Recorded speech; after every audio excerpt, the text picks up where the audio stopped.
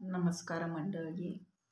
गणेशोत्सव शैलीच्या दुसऱ्या भागामध्ये तुमचे मनापासून स्वागत आहे. आज आपण पाहणार आहोत गणेश पूजेत काय खास पद्धती आहेत, सोबतच मोदक, लाडू आणि घराची सजावट कशी केली जाते ते आपण पाहणार आहोत. सगळी लोक सकाळच्याला उठून माणसं सकाळच्याला उठून गणपतीची पूजा करतात. पूजेमध्ये पूजेमध्ये म्हणलं तर आपण गणपतीला लाल फूल वाहतो. तसेच नैवेद्यामध्ये आपण मोदक अर्पण करतो. मोदकामध्ये आपण गणेशाला 21 मोदक ठेवतो. सोबतच दुर्वाही ठेवतो आणि नेहमी दुर्वा 21च ठेवतात आणि 21 ठेवण्याचीच प्रथा आहे.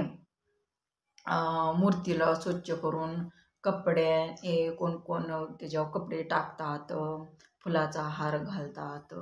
अशा पद्धतीने गणपतीचे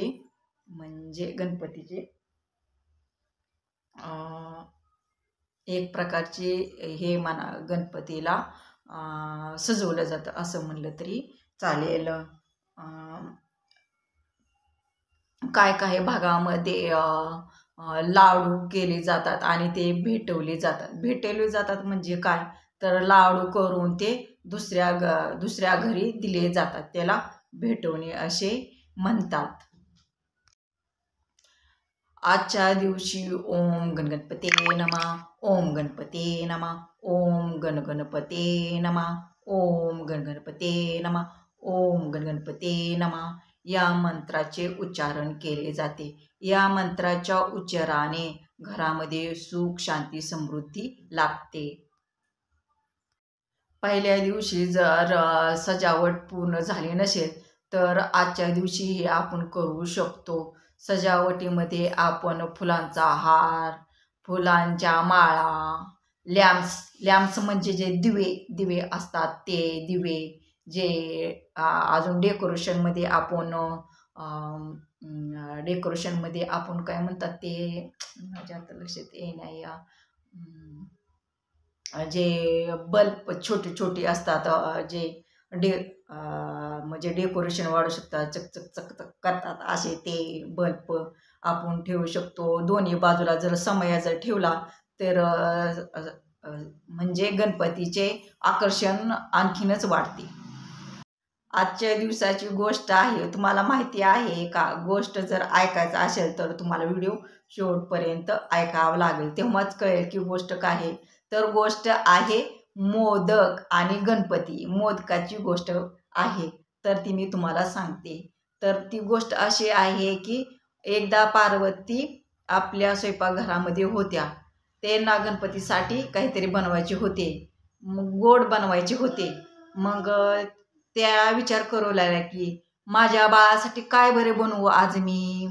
मग त्यांच्या लक्षात आले की चला आपण आज मोदक बनवूया. मग त्यांनी मोदक बनवण्यासाठी घेतले. आता मोदक म्हणले की त्याच्यामध्ये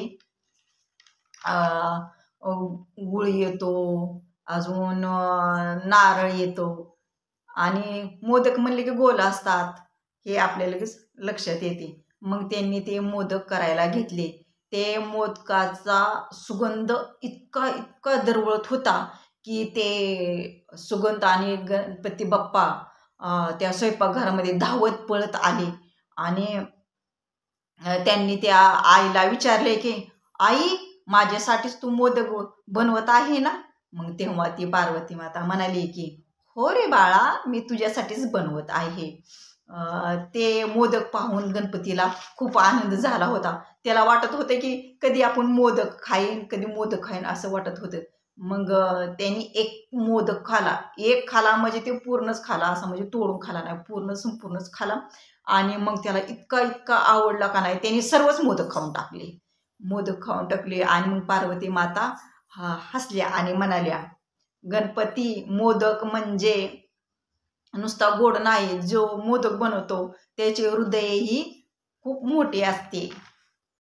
पार्वती हसून म्हणाल्या, जो व्यक्ती प्रेमाने मोदक बनवतो त्याचे हृदयही गोड असते. तर ते भक्ती, प्रेम, आनंदाचे प्रतीक आहेत. तेव्हापासून मोदक बनवण्याची परंपरा चालत आलेली आहे. मोदक म्हणजे गणपतीला अतिप्रिय आहेत. आणि दुसरी एक गोष्ट म्हणजे दुर्वा. ह्या गणपतीला या 2 गोष्टी गणपतीला खूप म्हणजे खूप आवडतात. असं म्हणतात की 10 दिवसामध्ये जो भक्तिभावाने 21 मोदकाचे प्रसाद देतो, गणपती त्यांना आशीर्वाद देतो. तर मंडळी, आज आपण दुसऱ्या व्हिडिओमध्ये म्हणजे दुसऱ्या दिवशीमध्ये गणपतीची अशी आपण माहिती पाहिलेली आहे, गोष्ट बी ऐकलेली आहे. तर उद्या तिसऱ्या दिवशी आपण गणपती आणि बुद्धीची गोष्ट सांगणार आहोत. जर व्हिडिओ आवडला तर लाईक, सबस्क्रायबर, शेअर करायला विसरू नका.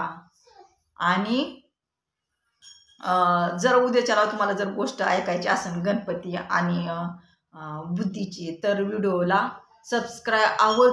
आवर्जून करा, म्हणजे तुम्हाला तो व्हिडिओ पाहता येईल. तोपर्यंत म्हणा गणपती बाप्पा मोरया, मंगलमूर्ती मोरया, गणपती बाप्पा मोरया, मंगलमूर्ती मोरया.